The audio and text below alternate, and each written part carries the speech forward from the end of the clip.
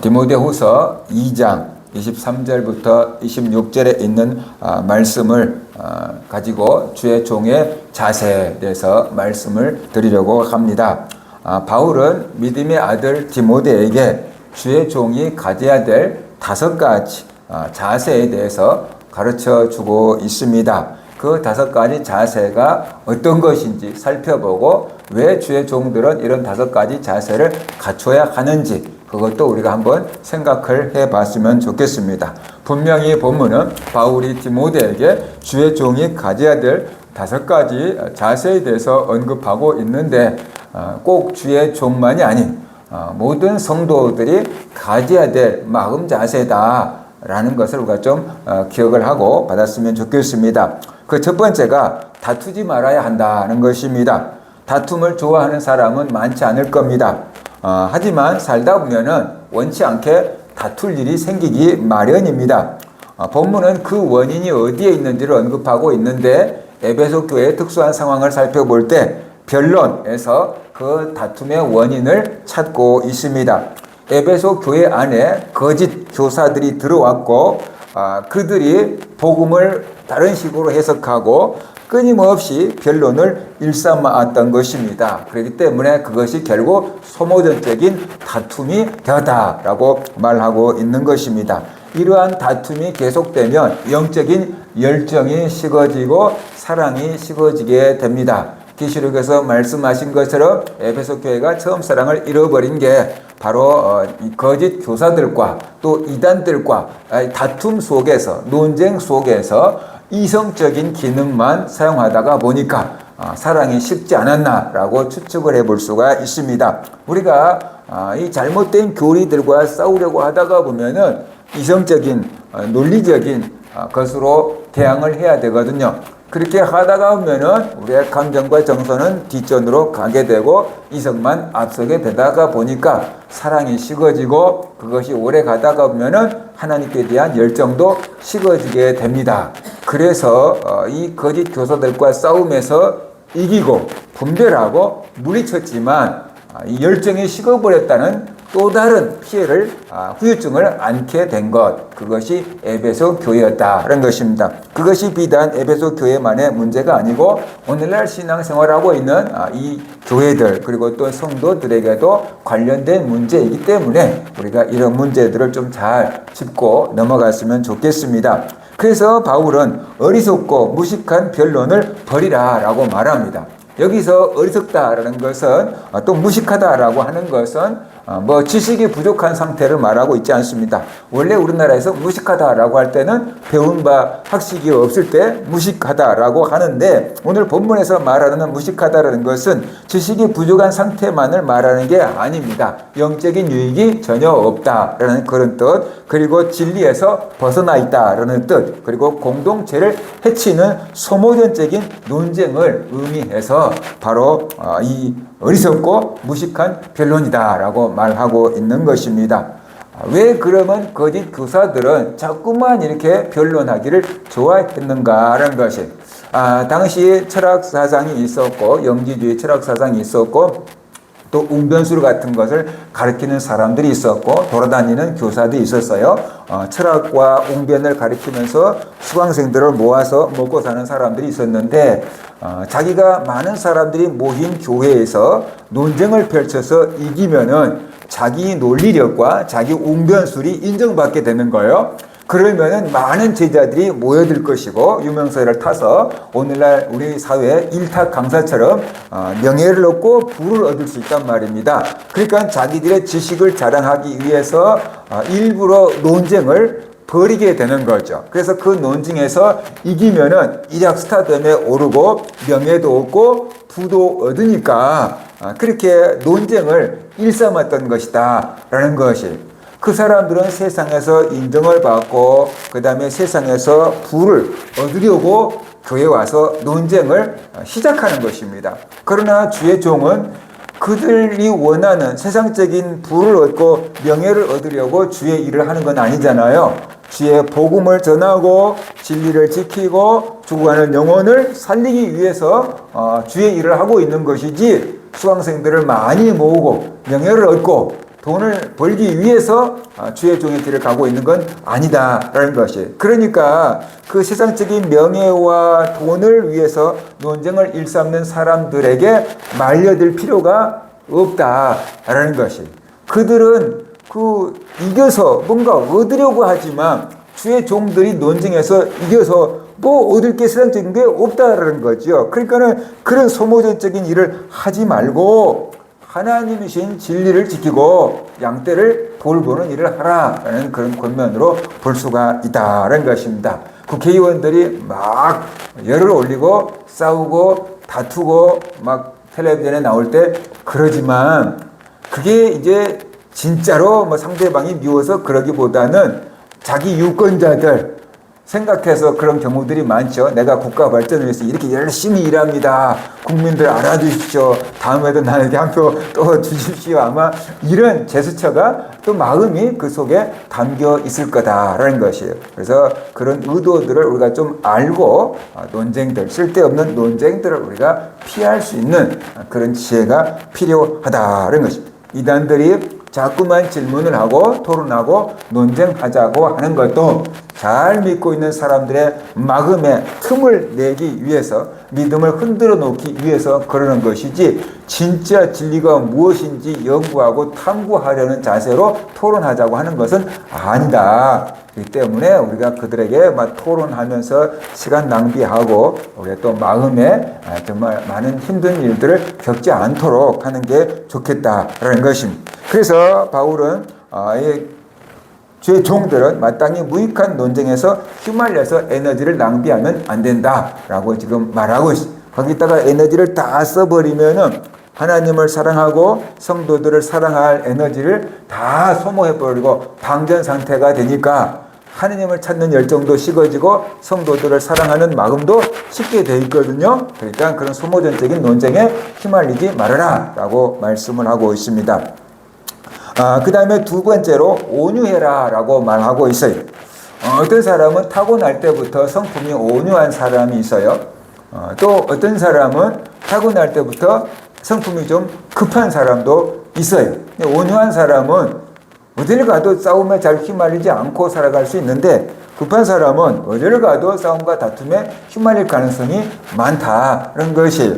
그래서 이 온유는 타고난 것일 수도 있고 또 훈련된 것일 수도 있는데, 아무리 훈련을 해도 기본적인 성품을 뛰어넘는 것은 쉬운 일은 아니다라는 것을 우리가 알아야 돼요.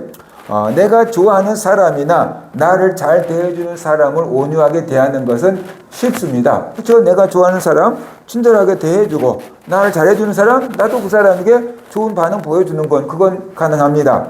그러나 나를 힘들게 하고 나에게 스트레스를 주는 사람을 우리가 온유하게 대해줄 수 있겠느냐, 나에게 피해를 주는 사람, 나를 괴롭히는 사람을 온유하게 대해줄 수 있겠느냐라는 것이, 그러면 좋겠지만 그것은 절대로 쉬운 일은 아니다. 모든 사람이 나를 괴롭히는 사람, 나에게 스트레스 주는 사람을 온유하게 대해줄 수 있다고 한다면은 이 사회가 엄청 살기 좋은 세상이 될 거예요. 그런데 그게 쉽지 않기 때문에 이 세상에 까칠한 사람들이 모여서 서로 상처 주고 고슴도치처럼 그렇게 살아가고 있는 것 아닙니까? 하지만 오늘 본문을 보면 모든 사람을 대할 때 온유하라라고 말씀을 하고 있습니다. 싸움닭처럼 나를 세우지 말고 부드러운 마음으로 사랑을 품어야 된다, 사람을 품어야 된다라고 말하고 있는 것이죠. 갈라디아서에서 말하고 있는 성령의 열매 가운데 하나가 바로 온유였던 것이, 우리가 맺을 수 없지만 성령님께서 오셔서 우리를 계속해서 연단하고 훈련하고 성장시키면은 온유라는 열매를 맺을 수 있다라는 뜻으로 우리가 이해하면 될 것 같습니다. 그래서 우리가 온유하지 못한 사람들은 나는 내 힘으로는 온유할 수 없습니다. 그러나 성령님께서 내 안에 계셔서 나를 또 쓰러지면 이렇게 세워지고 훈련하고 연단하고 성장시켜서 온유의 열매를 맺게 해주세요 라는 마음을 가지고 우리가 성령의 은혜를 구하고 성령께 순종하며 성령과 함께하는 그런 삶을 살아간다고 한다면 지금보다는 조금 더 온유한 삶을 살 수 있을 거다라는 거죠. 그런 사람이 갑자기 막 그냥 180도 바뀌어서 온유한 사람이 된다고 하면은 얼마나 좋겠습니까? 그런 일이 있을 수는 있지요. 그러나 항상 있는 것은 아니고 조금씩 바뀌어만 간다고 해도 그것도 변화되어 가고 있는 과정이다라는 것을 우리가 알아야 되는 것이. 그래서 사람들을 대할 때 온유한 마음으로 대해라 라고 말하고 있습니다. 그 다음에 세 번째는 잘 가르쳐야 된다라고 말하고 있어요. 예수님이 이 땅에 오셔서 하신 일 중에 하나가 병자들을 고치는 것이고 하나님의 말씀을 가르치는 것이었어요. 그래서 예수님의 말씀은 병자를 고쳐놓고 사람들이 모여 있을 때 하나님의 말씀을 가르치는 거죠. 그래서 예수님께서 병자를 고치는 것을 보면은 저 사람은 하나님의 사람이 틀림없어. 이렇게 사람들이 인식하게 만들어 놓고 이제 하나님의 사람으로서 이제 무엇이 진리고 하나님의 뜻인지 백성들에게 선포하는 그 사역을 했던 것입니다. 그러니까 병자들을 고치는 것은 말씀을 선포하기 위한 전지 작업 같은 거, 밭을 일구는 작업 같은 거였고 그 더 중요한 것은 말씀을 선포해서 그들로 예수님이 누구인지 깨닫고 믿고 구원받게 하려는 것이 예수님의 목표였다는 것을 우리가 알 수가 있어요. 그리고 사도들도 초대교회 7 집사를 세울 때 자기들은 기도하는 것과 말씀 전하는 일에 전무하기 위해서 집중하기 위해서 성도들을 돌아보고 구제하는 일을 시키기 위해서 집사들을 뽑은 거 아닙니까? 그러니까 사도들도 자기들이 해야 될 중요한 일을 2가지로 뽑는다고 하면 기도하는 것, 말씀 전하는 것 이렇게 뽑았던 것이죠. 오늘날 주의 종들도 해야 될 여러 가지 일들이 있지만 가장 핵심적인 일이라고 하는 것은 기도하는 것이고 복음 전하는 것, 어떠한 사역을 하더라도 그것이 가장 핵심적인 것이다 라고 우리가 볼 수가 있는 거지요. 그래서 주의 종들이 복음을 전하고 기도하기 위해서 필요한 게 있는데 그것은 잘 가르쳐야 된다라고 말하고 있어요. 잘 가르쳐야 된다는 것, 그것은 은사일 수 있어요. 잘 가르치는 것은 은사일 수 있어요. 어떤 사람은 똑같은 건데 정말로 재미없게 가르치고 알아듣지 못하게 가르치는 사람이 있고 어떤 사람은 잘 가르치고 쉽게 가르치는 사람도 있어요. 근데 공부를 많이 했는데 정말로 못 가르치는 사람이 있고 공부를 별로 안 했는데 잘 가르치는 사람이 있어요.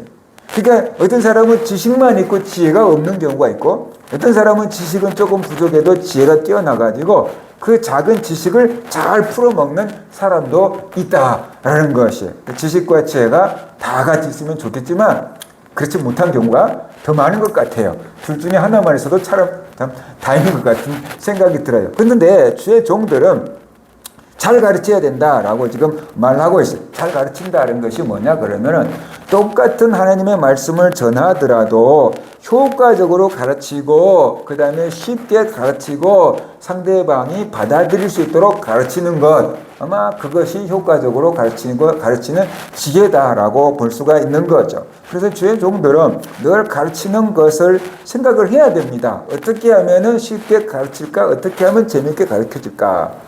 근데 주의 종들보다 유치원 교사들은 그런 연구를 참 많이 하는 것 같아요. 그러니까 온갖 그 교재들을 다 사용해서 이렇게 막 가르치는 거잖아요. 율동도 하고 뭐 만들기도 하고 막 가르치잖아요. 주의 종들은 입으로만 가르칠 때가 상당히 많이 있는데 모든 기술들을 다 동원해 가지고 가르치는 것, 그것도 잘 가르치기 위한 노력이다.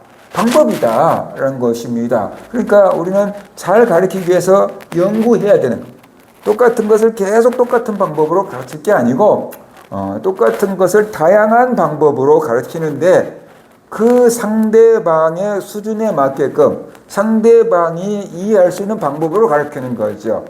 그러니까 유치원생한테는 유치원생에게 맞는 방법으로 복음을 전하고 할아버지한테는 할아버지한테 맞는 방법으로 전해야 되는데 유치원생한테 인생이 뭔지 아니? 라고 이렇게 물어보면 이해가 어려울 거 아니에요. 그런데 이제 연세가 드신 분한테 인생이 뭘까요? 살아봤으니까 인생이 뭐라고 생각하세요? 라고 한다 그러면 좀 뭔가 생각해 볼 수 있겠지만 유치원생한테 그런다 그러면 내 인생 뭐 2살밖에 안 되는데 그럴 거 아니에요. 그러니까는 이 수준에 맞게끔 상대방에게 맞는 방법으로 접근하는 것, 그것이 지혜다라는 것이에요. 그래서 어떻게 하면은 효과적으로 복음을 전할 수 있을까 그런 건데 그 효과적이라는 것은 청중이에요. 그 복음을 듣는 사람이 누구냐에 따라서 그 복음을 바꾸는 것은 아니지만 복음의 옷을 갈아입힐 수 있어야 된다라는 것이죠. 그것이 바로 가르치는 지혜다. 똑같은 것도 어떠한 언어를 쓰느냐에 따라서 다를 수 있거든요. 어떤 언어를 쓰면은 의미가 확 와닿는데 어떤 의미를 쓰면은 의미가 와닿지 않을 수가 있고 그게 무슨 소리래 라고 할 수도 있거든요. 그래서 청소년들이 쓰는 언어가 있고 어른들이 쓸 언어가 있는데 성경에는 한자 표현이 많아요. 그런데 우리는 오랫동안 들어서 그게 익숙하지만 요즘 청소년들한테 그 얘기를 하면 그게 무슨 소리래 이렇게 되는 경우가 많거든요. 그래서 우리가 그들의 언어로 그들에게 복음을 전하는 것이 지혜다라는 것입니다. 복음을 효율적으로 전하려고 했던 노력은 성경이 기록된 언어만 봐도 알 수가 있어요. 우리 신약 성경은 헬라어로 기록이 되어 있는데 헬라어가 당시 문학적인 고전 헬라어, 책을 쓰고 공부를 많이 하는 사람들이 사용하는 고전 헬라어가 있었고 일상적인 사람들이 시장에서 사용하는 코이네라고 하는 헬라어가 있었어요. 그런데 성경을 기록하면서 성경 저자들은 그 클래식하고 고전적인 헬라어, 사람들이 높게 평가하고 인정하는 그 고전 헬라어를 사용하는 게 아니고 시장통에서 누구나 사용할 수 있는 그 코인의 헬라어를 가지고 성경을 기록했다는 것이에요. 왜 그랬을까? 알렉산더 대왕이 정복한 이후에 코인의 헬라어가 국제 공용어가 됐던 것입니다. 오늘날로 말하면 영어처럼 정말 모든 로마 제국에서 헬라 제국에서 다 통용될 수 있는 공용어가 되었던 것입니다. 그래서 성경을 기록하는 저자들은 이 로마 전역으로 복음이 빠르게 전파되기를 원했기 때문에 누구나 알아들을 수 있는 코인의 헬라어로 성경을 기록했다라는 것입니다. 또 코인의 헬라어는 문법이 단순하면서 고전 헬라어보다 문법이 단순하면서도 표현이 아주 명확했다고 합니다. 그래서 지식적인 사람부터 시작해서 시장의 상인과 노예까지 누구나 다 이해할 수 있는 보편성을 가지고 있었고 동시에 기독교의 깊은 교리를 논리적으로 담아낼 수 있는 정교함까지 갖추고 있었던 언어가 코인의 헬라어였다고 합니다. 그렇기 때문에 그것으로 성경을 기록을 했고 또 유대인들에게 도움을 줄 수 있는데 구약 성경을 70인역이라고 하는 헬라어로 번역을 해서 히브리어를 잊어버린 사람들에게 이 구약 성경을 가르쳤는데 그 70인역도 역시 코인의 헬라어로 번역했기 때문에 거기 70인역에 있는 구약을 인용해 올 때도 그냥 전혀 어색하지 않고 인용해 올 수 있었기 때문에 코인의 헬라어를 기록을 했다라는 것입니다. 그래서 모든 길은 로마로 통한다 그랬잖아요. 로마가 길을 잘 닦아 놨는데 코인의 헬라어라고 하는 공용어를 통해서 복음이 전 세계로 급속도로 전파될 수 있었던 거다라는 것이에요. 이처럼 신약 성경이 코인의 헬라어로 기록된 것은 가장 많은 사람에게 그리고 가장 정확하게 가장 쉬운 방법으로 복음을 전하기 위한 전략적인 선택이었다. 하나님의 어떤 섭리였다. 이렇게도 우리가 이해해 볼 수가 있는 거죠. 그렇기 때문에 주의 종들은 이런 정신을 가지고 어떻게 하면 복음을 쉽게 전할까를 연구해야만 되는 것이죠.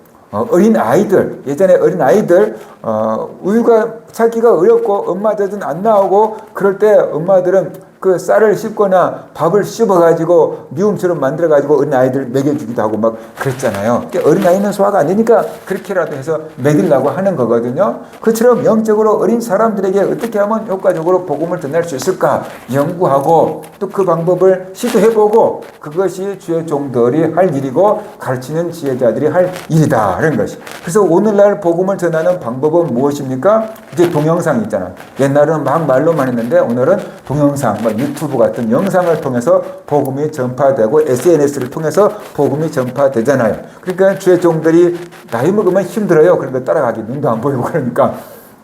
그렇지만 이것이 또 다음 세대들에게 사용할 수 있는 이 문화이기 때문에 그 문화를 통해서 복음을 전파할 수 있도록 우리가 애써야만 된다라는 것이에요. 그래서 그들에게도 SNS를 통해서라도 유튜브를 통해서라도 우리가 복음을 전할 수 있는 것, 그것이 또 주의 종들이 행할 수 해야 될 일 가운데 하나다라고 볼 수가 있습니다. 그 다음에 네 번째로 참아야 된다라고 말하고 있습니다. 옛날 어른들이 말하기를 인내는 쓰지만 열매는 달다라고 얘기했어요. 참는 것은 고통스러운 것입니다. 그런데 주의 종들은 잘 참아야 한다라고 했어요. 이는 단순히 자기 감정을 억누르고 참는다는 뜻이 아니고 하나님의 영광을 위해서 상대방의 결례나 악의적인 공격까지 묵묵하게 참아내는 것을 말하고 있다는 것이에요. 손해를 보더라도 욕을 먹더라도 고난이나 박해를 당하더라도 주님을 생각하고 참아내는 것, 그러니까 악을 참아내는 것, 거기에서 참으라라고 말씀하고 있다라는 것이에요. 특별히 다음 구절에서 말하고 있는 거역하는 자들, 복음을 거역하는 자들, 그들에게 복음을 전하고 권면하고 그들을 주님 앞으로 돌아오게끔 하기 위해서는 정말로 무한 인내가 필요한 것이죠. 쉽게 안 돌아오니까 정말로 참고 참아야 되는데 그게 쉽지 않고 가다가 그냥 포기해버릴 때도 많잖아요. 그래서 하나님의 뜻이 이루어질 때까지 참고 인내하라라는 그 얘기를 지금 하고 있는 것입니다. 우리가 씨앗을 뿌려도 당장에 나는 게 있지만 안 나는 것도 있고 몇 년 뒤에 나는 것도 있거든요. 아예 안 나왔나 하고 파서 없애버리려고 파다가 보면은 다른 거 심어야지 하고 파다가 보면은 인제 싹을 트고 올라오는 경우들도 있어요. 이거 안 나온 줄 알았더니 인제 올라오네?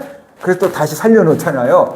그것처럼 우리가 사람을 변화시키는 것은 기도했는데 안 되고 기도했는데 안 될 수 있거든요. 그러면 낙심이 된단 말이에요. 얼마를 기도했는데 안 되네 라고 낙심이 될 수 있단 말이에요. 그럼에도 불구하고 우리가 하나님의 때가 될 때까지 참고 인내할 수 있는 그런 사람이 되어야지 주의 종들이 목회를 할 수가 있고 성도들이 전도를 할 수가 있다라는 것입니다. 마지막 다섯 번째로 훈계해야 된다라고 했어요. 훈계는 타일러서 잘못이 없도록 주의를 주는 것을 말하고 있습니다. 주의 종은 진리를 거역하는 자들 방치하지 말고 사랑으로 훈계해야만 된다. 여기서 중요한 것은 온유함으로 훈계를 하라라고 말하고 있어요. 우리는 훈계를 하기 힘든 시대에 살고 있습니다. 좀 듣기 싫은 소리면은 그 다음에 관계가 서먹서먹해지잖아요. 관계가 심하면 끊어질 수도 있잖아요. 그러니까는 훈계하기를 굉장히 우리가 어려워하고 복음을 전하다가 괜히 저 사람이 거부하면 어떻게 그런 마음 때문에 우리가 복음을 전하지 못하기도 한다라는 것입니다. 그러나 그 영혼을 진짜 사랑하고 마귀의 올무에서 건져내서 하나님의 나라로 옮기기 원한다고 한다면은 권면을 해야만 한다. 어떻게 권면할 것인가? 온유하게 타일러라라고 말하고 있어요. 근데 복음을 거역하고 전에도 거부하고 그런 사람들에게 온유함으로 전하는 것은 참 쉽지가 않아요. 사랑이 있을 때 온유함으로 할 수 있게 되고 저 영혼을 살려야 되겠다고 하는 간절함이 있을 때 온유한 마음으로 건면할 수 있는 것이지 그렇지 않으면은 네가 손해지 내가 손해냐라고 하고 끝내버릴 수가 있거든요. 그래서 그 영혼을 긍휼히 여기고 사랑하고 그 영혼을 구원하겠다는 마음을 가질 때 우리가 온유한 마음으로 훈계할 수 있다라는 것입니다. 세상 살아가는 여러 가지 방법을 훈계하라는 게 아니고 윤리와 도덕을 훈계하라는 게 아니고 진리를 가르쳐주고 생명의 길을 가르쳐주라라는 것이에요. 그것이 훈계하라는 뜻으로 볼 수가 있습니다. 결국 우리가 훈계를 하지만 사람을 변화시키고 회개시키는 분은 하나님이시다라는 것을 오늘 본문은 우리에게 말씀을 해주고 있습니다. 우리는 단지 그 하나님의 계획과 섭리 가운데서 한 영혼을 구원하는 도구로 쓰임받는다고 한다면 그것으로서 우리는 감사하고 만족해야 될 줄로 믿습니다. 그러니까 결과를 너무 우리가 책임지려고 하지 말고 하나님께 맡기고 사랑의 마음으로 권면하고 기도하고 그 영혼을 구원해야지 그런 마음으로 우리가 인내하고 온유함으로 타이를 때 그 속에서 하나님의 뜻이 드러나게 될 거다라는 것이 성도 여러분, 주의 종이 갖춰야 될 5가지 덕목을 살펴보았는데 다투지 않아야 될 것, 온유할 것, 잘 가르칠 것, 참을 것, 그리고 온유함으로 훈계할 것 말씀을 해주고 있습니다. 그런데 이 모든 덕목들은 결국 한 가지 목표를 향해서 달려갑니다. 그게 무엇입니까? 한 영혼을 마귀의 올무에서 건져내서 하나님께 돌아오게 하기 위해서 이렇게 사람을 대하라 라고 말씀하고 있다는 것이. 그러니까 우리가 사람을 만나서 교제하는 것 목표가 그 영혼을 구원하기 위함이어야만 된다라는 것이. 그래서 내가 저 영혼을 구원해서 하나님께 오도록 하기 위해서 저 사람은 어떻게 대해야 될 것인가 우리가 생각하고 대한다 그러면은 지금보다 그 사람을 더 온유하게 대할 수 있을 것이고 더 인내하면서 대할 수 있을 것이고 더 잘 가르쳐 주려고 힘쓰게 되겠지요. 그래서 우리 모든 성도님들 이것은 단지 주의 종들만 가져야 될 자세가 아니고 모든 성도들 영혼 구원하고 그리스도의 증인이 되어야 할 성도들이 가져야 될 자세구나라는 것을 깨달으시고 이런 덕목들을 우리 안에 갖추기 위해서 힘쓰고 애쓰시고 죽어가는 영혼들을 궁리되어서 그들을 하나님께로 인도하는 데 쓰임받는 귀한 도구가 될 수 있기를 주의 이름으로 축원합니다. 들은 말씀